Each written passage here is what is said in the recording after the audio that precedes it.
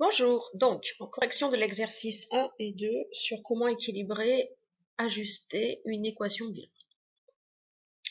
Donc très vite on voit que le dioxygène O2 est un corps simple, c'est-à-dire qu'il n'est constitué que par de l'oxygène. Donc je vais garder l'ajustement des atomes d'oxygène pour la fin, puisqu'un C, je pourrais mettre n'importe quel chiffre ou nombre devant O2, ça ne perturbera pas les C et les H qui auront été ajustés par avance.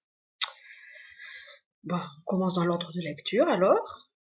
Côté réactif 4C, côté produit, seul le dioxyde de carbone de formule CO2 apporte des carbones par lot de 1. Donc il faut donc en prendre 4. Nous passons à l'hydrogène. Côté réactif, le butane apporte, le butane c'est C4H10, apporte 4 hydrogènes. Côté produit, seul l'eau H2O en apporte par lot de 2. Donc comme c'est par lot de 2 indissociable, je dois en prendre 5 lots. Nous passons aux oxygènes. Côté réactif, nous avons du dioxygène O2 et je vais pouvoir mettre le nombre que je veux devant pour ajuster. Donc regardons côté produit. Je vous rappelle que les coefficients stoichiométriques sont distributifs, c'est-à-dire que le 4, il s'applique à 4C, mais aussi à 4O2. Idem pour le 5 devant H2O. Donc, le dioxyde de carbone apporte 4 fois 2, 8 atomes d'oxygène. Quant à l'eau, elle en apporte 5 fois 1, donc 5, 8 et 5, 13. Or, le dioxygène côté réactif est pris par groupe de 2, à savoir que nous ne pourrons avoir qu'un nombre pair. 13 est un nombre impair. Donc, il en faudrait 13 demi. Ainsi, 13 demi fois 2, ça fait bien 13. Mais les nombres décimaux ne sont pas adaptés à la double lecture microscopique et macroscopique. En effet, on peut prendre 13 demi-moles, ça ne pose pas de problème, mais au niveau microscopique, je vous rappelle quand même que c'est une molécule qui réagit, on ne peut pas avoir 13 demi-molécules. Donc ce que l'on fait, quand on a des nombres comme ça, c'est qu'on va tout multiplier par 2 pour éliminer la fraction. Ainsi, l'ajustement définitif de l'équation, c'est de multiplier tous les coefficients par 2, à savoir 2 C4H10 réagissent avec 13 dioxygène afin de former 8 molécules de CO2 et 10 molécules d'H2O.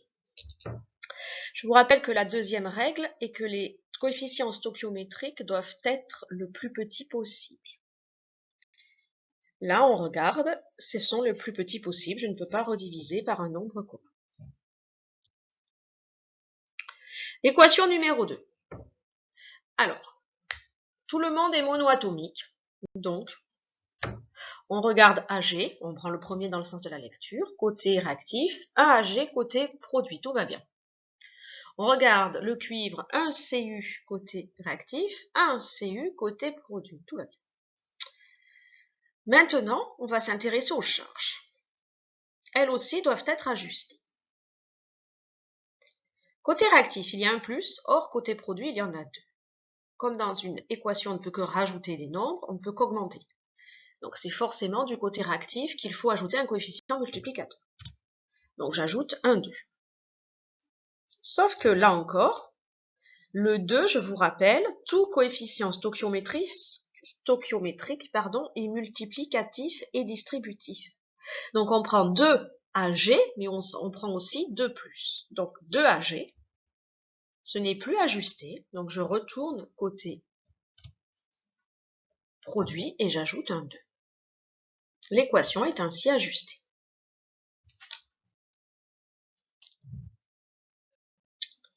Alors, du diazote plus du dioxygène donne du protoxyde d'azote. Du pentoxyde d'azote. Alors, les deux corps sont simples, N2 et O2, donc indifféremment, je commence par l'un ou par l'autre.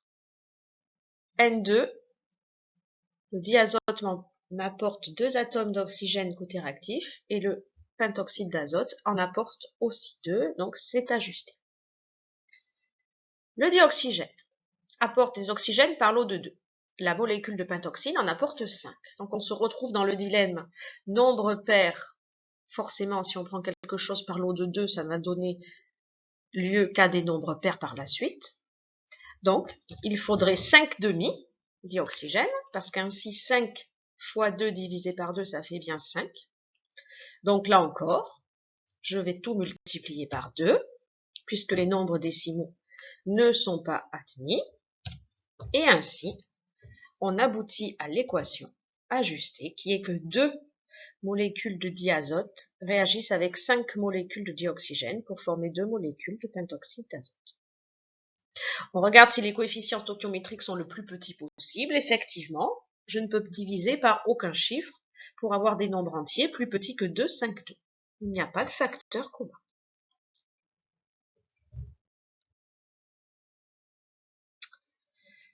Alors, celle-ci. On voit très vite que l'iode et le diode, on peut mettre les nombres que l'on veut devant. Ça va n'apporter qu'une seule sorte d'atome. Inconvénient de I- côté réactif, c'est que lui, il peut modifier les charges. Donc, on va se garder I2 pour la fin. Donc, dans S2O8 de moins, il y a 2 S. Dans l'ion sulfate côté produit, il n'y en a qu'un, donc on met un 2. Je vous rappelle que le 2 est distributif, et on voit que ça s'arrange bien, puisque lorsqu'on passe aux oxygènes, côté réactif, l'ion S2O8 de moins apporte à lui tout seul 8 atomes d'oxygène. Côté produit, le sulfate en apporte 4, mais je l'ai pris 2 fois. Je vous rappelle que c'est distributif, donc 4 fois 2, 8, c'est bon. Passons à I. I, il y en a un seul côté réactif, or il en faut 2 côté produit. Donc je mets un 2. Passons maintenant aux charges. Total des charges plus côté réactif, c'est 2 moins plus 2 fois moins 1 amené par l'iode, ça fait 4 moins côté produit. Et il se trouve que, côté réactif, et il se trouve que côté produit, comme le 2 est distributif, 2 fois 2, 4 moins. L'équation est ajustée, tout s'est bien arrangé. Alors, celle-ci. On commence par le fer, par exemple. Fe à gauche, Fe à droite, tout va bien. Puis par l'élément iode. L'ion iodure nous apporte un élément iode, alors que le diode nous apporte 2 éléments iode. Donc, on va mettre un 2. Les éléments sont ajustés. Passons aux charges. Je rappelle que le 2, coefficient stoichiométrique, est distributif. Donc ainsi, il emmène 2 charges moins. L'ion ferrique, Fe3+, en apporte 3. Donc 3+, plus 2 moins. Côté réactif, 1 plus. Or, côté produit, il y a 2 plus. Sachant qu'on ne peut qu'augmenter le nombre de charges, nous allons placer un 2 devant Fe3+. Le coefficient est distributif. Donc à ce moment-là, j'ai 2 fois 3, 6 plus 2 moins, ce qui fait 4 plus. Le fer, côté produit, les emmène par lot de 2, donc il faut prendre 2 fer. 2 fois 2, 4 plus. On s'aperçoit de plus que l'élément fer s'est auto-ajusté. L'équation est ainsi équilibrée. L'étain de plus réagit avec les ions ferriques pour former des ions étain 4+, et des ions ferreux Fe2+. On peut commencer indifféremment parce qu'on veut. Un très rapide coup d'œil nous montre que SN, SN, Fe, Fe de chaque côté, donc les éléments sont ajustés. Donc on va s'intéresser plus particulièrement aux charges. 2 plus 3 plus côté réactif, ça fait 5 plus.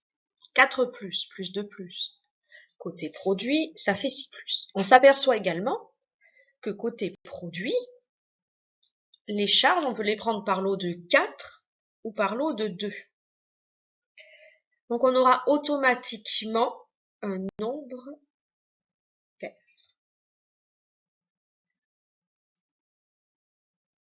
Ce qu'on a donc envie de faire, c'est le 3+, qui est le seul nombre impair côté réactif, on lui place un 2 devant. parce que 2 fois 3, ça fait 6. Donc, nombre pair, 6 plus 2 plus, ça fait 8 plus.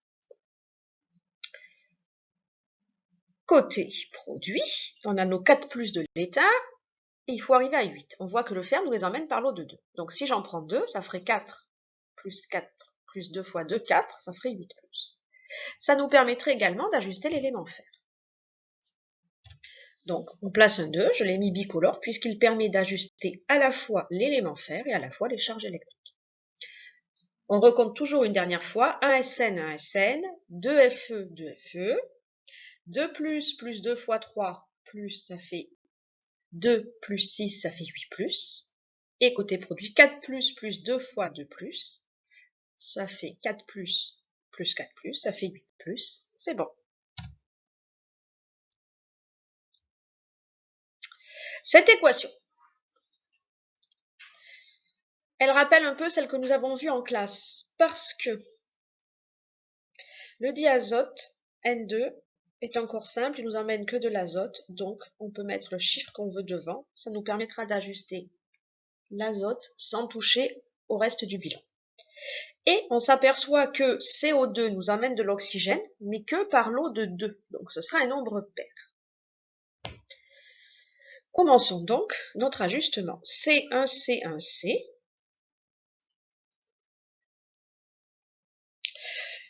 On pourrait garder N2 pour la fin et faire les oxygènes. Donc, côté réactif, NO2, le dioxyde d'azote, nous apporte 2 oxygènes. Et le monoxyde d'azote CO nous apporte qu'un oxygène. Mais on a compris que, à cause du CO2 côté produit, nous fallait un nombre pair. Donc, on place un 2 devant CO. Ce 2 est distributif. Donc, ça fait 2 plus 2 oxygènes, 4. Donc, côté produit, je mets un 2 pour faire 2 plus 2 oxygènes, 4. Ça nous a bouleversé le bilan du carbone, mais il se trouve que là aussi, j'ai mis un 2 bicolore, puisque ça nous a aussi ajusté en même temps les carbones. Il nous reste le diazote à gérer. Un azote, l'atome d'azote côté réactif, et 2 par lot de 2 indissociable côté produit, donc on place un demi. Et on revoit les règles vues précédemment. Quand on a une fraction, on ne peut pas la laisser, donc je multiplie tout le bilan par 2. Je simplifie, et j'obtiens ainsi, en multipliant tout par 2, que 2 dioxyde d'azote réagissent avec 4 monoxyde d'azote afin de former une molécule de diazote et 4 molécules de dioxyde de carbone. Exercice 2. On vous parlait du raisin et il fallait écrire des équations et trouver dans le petit texte les réactifs et les produits. Donc première équation, les réactifs sont le glucose et le fructose et les produits sont l'alcool et le dioxyde de carbone. Dans cet exemple, vous connaissez par cœur la formule du dioxyde de carbone CO2, mais vous ne connaissez pas les autres. C'est pourquoi elles étaient données. Alors, on commence notre bilan.